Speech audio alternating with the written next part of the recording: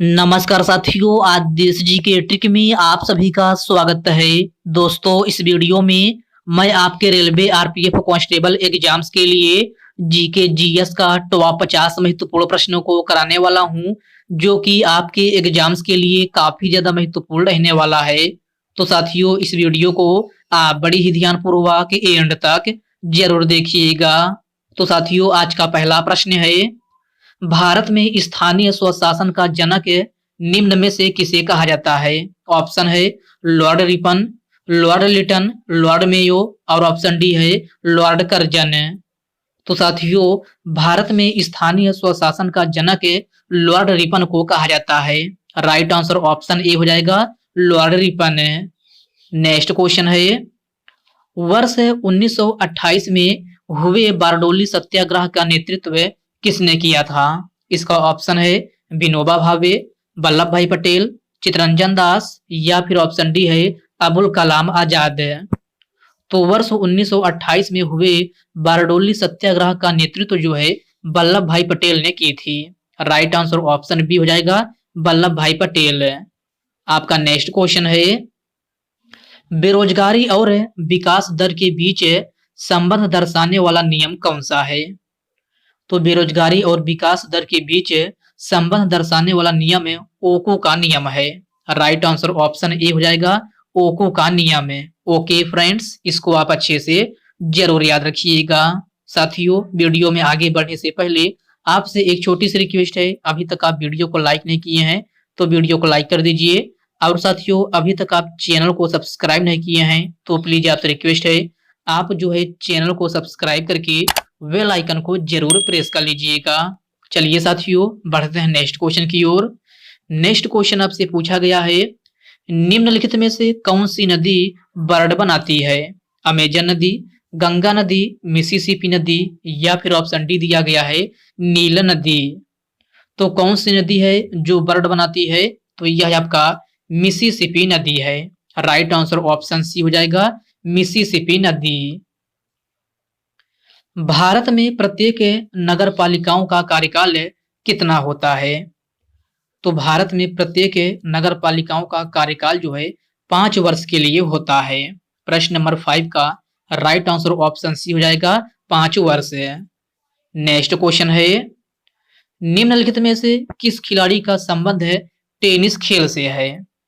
तो सभी प्यारे साथी इसका आंसर बताएंगे कि किस खिलाड़ी का संबंध जो है टेनिस खेल से है। तो साथियों, यह है आपका रोजर फेडरर है। राइट आंसर ऑप्शन ए हो जाएगा रोजर फेडरर है। रोजर फेडरर का संबंध जो है आपका यह है टेनिस खेल से है। आपका नेक्स्ट क्वेश्चन है, प्रसिद्ध है सेलुलर जेल निम्नलिखित में से कहां पर स्थित है? तो आपको बताना है कि प्रसिद्ध है सेलुलर जेल कहां पर स्थित है।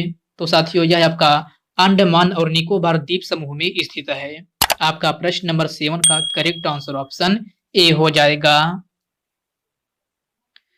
प्रसिद्ध कांसे से निर्मित नर्तकी की प्रतिमा का संबंध किस सभ्यता से है? तो क्वेश्चन को ध्यान से पढ़िएगा। इसमें आपसे पूछा जा रहा है कि विश्व प्रसिद्ध कांसे से निर्मित नर्तकी की प्रतिमा का संबंध है किस सभ्यता से है? तो साथियों, यह आपका सिंधु घाटी सभ्यता से है। राइट आंसर ऑप्शन सी हो जाएगा सिंधु घाटी सभ्यता। ओके फ्रेंड्स, इसको आप अच्छे से जरूर याद रखिएगा। आपका नेक्स्ट क्वेश्चन है, महात्मा गांधी की अध्यक्षता में भारतीय राष्ट्रीय कांग्रेस का एकमात्र अधिवेशन कहाँ हुआ था? बेलगाम, नागपुर, मुंबई या फिर कानपुर? तो आपका राइट आंसर ऑप्शन ए हो जाएगा बेलगाम। अगला प्रश्न है, निम्नलिखित में से किस देश को पहले फार्मोसा के नाम से जाना जाता था? ऑप्शन है श्रीलंका, म्यांमार, नीदरलैंड या फिर ताइवान। तो साथियों, इस क्वेश्चन में आपसे पूछा जा रहा है कि किस देश को पहले फार्मोसा के नाम से जाना जाता था? तो ताइवान को आपका जो है फार्मोसा के नाम से जाना जाता था। राइट आंसर ऑप्शन डी हो जाएगा ताइवान। ओके फ्रेंड्स, क्लियर है। चलिए बढ़ते हैं नेक्स्ट क्वेश्चन की ओर। नेक्स्ट क्वेश्चन आपसे पूछा गया है, निम्नलिखित में से कौन सा नाटक कालिदास के द्वारा लिखा गया है? तो कौन सा नाटक है जो कालिदास के द्वारा लिखा गया है?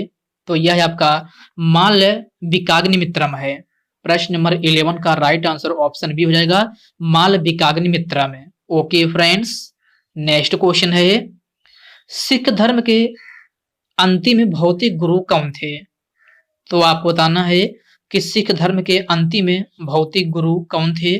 गुरु अर्जुन देव, गुरु गोविंद सिंह, गुरु हरकिशन, या फिर ऑप्शन डी है गुरु हरगोविंद। तो सिख धर्म के अंतिम भौतिक गुरु जो थे यह है आपका गुरु गोविंद सिंह थे। राइट आंसर ऑप्शन बी हो जाएगा गुरु गोविंद सिंह है। अगला प्रश्न है, निम्न में से कौन संसद के सदन पर सरकार की नीतियों की घोषणा करता है? तो क्वेश्चन को ध्यान से पढ़िएगा। इसमें आपसे पूछा जा रहा है कि निम्न में से कौन संसद के सदन पर सरकार की नीतियों की घोषणा करता है? तो यह आपका प्रधानमंत्री करता है। प्रश्न नंबर 13 का राइट आंसर ऑप्शन डी हो जाएगा प्रधानमंत्री। किस संशोधन अधिनियम को लघु संविधान कहा जाता है?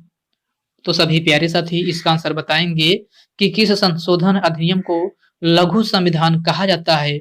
तो यह आपका 42वां संविधान संशोधन 1976 को कहा जाता है। राइट आंसर ऑप्शन ए हो जाएगा 42वां संविधान संशोधन 1976 है।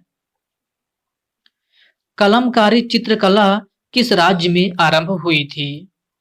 तो कलमकारी चित्रकला किस राज्य में आरंभ हुई थी? उत्तर प्रदेश, अरुणाचल प्रदेश, आंध्र प्रदेश, या फिर महाराष्ट्र। तो कलमकारी चित्रकला जो है आपका यह आंध्र प्रदेश में आरंभ हुई थी। राइट आंसर ऑप्शन सी हो जाएगा आंध्र प्रदेश है। साथियों, यह आंध्र प्रदेश के साथ साथ तेलंगाना राज्य में भी शुरू की गई थी। तो इस पॉइंट को भी आप अच्छे से जरूर याद रखिएगा। अगर आपके ऑप्शन में आंध्र प्रदेश नहीं है तो आप तेलंगाना को भी टिक कर सकते हैं। अगला प्रश्न है, भारतीय संविधान का भाग 6 किससे संबंधित है? ऑप्शन दिया गया है निर्वाचन से, केंद्र सरकार से, मौलिक कर्तव्य से, या फिर राज्य सरकार से। तो भारतीय संविधान का भाग 6 जो है आपका यह राज्य सरकार से संबंधित है। राइट आंसर ऑप्शन डी हो जाएगा राज्य सरकार से। किस संविधान संशोधन अधिनियम द्वारा मतदान की आयु 21 वर्ष से घटाकर 18 वर्ष कर दिया गया था? तो सभी प्यारे साथी इसका आंसर बताएंगे कि किस संविधान संशोधन अधिनियम द्वारा मतदान की आयु को 21 वर्ष से घटाकर 18 वर्ष किया गया था। तो यह आपका 61वां संविधान संशोधन था। राइट आंसर ऑप्शन डी हो जाएगा 61वां संविधान संशोधन, जो कि आपका कब हुआ था? तो यह आपका 1988-89 में हुआ था। तो इसको आप अच्छे से जरूर याद रखिएगा। आपका नेक्स्ट क्वेश्चन है, कुक जलड मरुमध्य निम्नलिखित में से किस देश में स्थित है? तो साथियों यह आपका न्यूजीलैंड में स्थित है। राइट आंसर ऑप्शन बी हो जाएगा न्यूजीलैंड में। सरकार द्वारा किसानों को उनकी फसलों के लिए पूर्व घोषित मूल्य क्या कहलाता है? तो क्वेश्चन को ध्यान से पढ़िएगा। इसमें आपसे पूछा जा रहा है कि सरकार द्वारा किसानों को उनकी फसलों के लिए पूर्व घोषित मूल्य क्या कहलाता है? तो साथियों यह आपका न्यूनतम समर्थन मूल्य कहलाता है। राइट आंसर ऑप्शन है क्या होगा? ए हो जाएगा न्यूनतम समर्थन मूल्य, जिसे एमएसपी कहा जाता है। तो इसको आप अच्छे से जरूर याद रखिएगा। इस प्रश्न का करेक्ट आंसर आपका ऑप्शन जो है ए हो जाएगा न्यूनतम समर्थन मूल्य। अगला प्रश्न है, एशियाई विकास बैंक का मुख्यालय कहां पर स्थित है? तो एशियाई विकास बैंक का मुख्यालय कहां पर स्थित है? मनीला में, बीजिंग में, सिंगापुर में, या फिर नई दिल्ली में? तो एशियाई विकास बैंक का मुख्यालय मनीला में स्थित है। राइट आंसर ऑप्शन ए हो जाएगा मनीला, फिलीपींस। तो आप इसको अच्छे से जरूर याद रखिएगा। एशियाई विकास बैंक का मुख्यालय जो है आपका मनीला, फिलीपींस में स्थित है। अगला प्रश्न है, निम्न में से कौन भारत का सर्वोच्च नागरिक पुरस्कार है? तो भारत का सर्वोच्च नागरिक पुरस्कार कौन सा है? तो यह आपका भारत रत्न है। राइट आंसर ऑप्शन बी हो जाएगा भारत रत्न। निम्न में से भारत रत्न पाने वाले पहला संगीतकार कौन थे? तो सभी प्यारे साथी इसका आंसर बताएंगे कि निम्न में से भारत रत्न पाने वाले पहले संगीतकार कौन हैं? तो साथियों यह आपका एम एस सुब्बालक्ष्मी थे। राइट आंसर ऑप्शन डी हो जाएगा, M S Subbulakshmi. Okay friends, clear है। चलिए बढ़ते हैं नेक्स्ट क्वेश्चन की ओर। नेक्स्ट क्वेश्चन आपसे पूछा गया है, भारतीय पेट्रोलियम संस्थान कहाँ स्थित है? देहरादून में, नागपुर में, इंदौर में या फिर जयपुर में? तो भारतीय पेट्रोलियम संस्थान जो है आपका यह है देहरादून में स्थित है। राइट आंसर ऑप्शन ए हो जाएगा, देहरादून में। अजंता एवं एलोरा गुफा निम्नलिखित में से किस राज्य में स्थित है? केरल में, राजस्थान में, कर्नाटक में या फिर महाराष्ट्र में? तो अजंता एवं एलोरा गुफा जो है आपका महाराष्ट्र में स्थित है। प्रश्न नंबर 24 का राइट आंसर ऑप्शन डी हो जाएगा, महाराष्ट्र है। निम्नलिखित में से सबसे अधिक राष्ट्रीय उद्यान वाला राज्य कौन सा है? तो सबसे अधिक राष्ट्रीय उद्यान वाला राज्य आपका जो है मध्य प्रदेश है। राइट आंसर ऑप्शन बी हो जाएगा, मध्य प्रदेश है। ओके फ्रेंड्स, इसको आप अच्छे से जरूर याद रखिएगा। भारत रत्न सम्मान प्राप्त करने वाली पहली महिला हैं?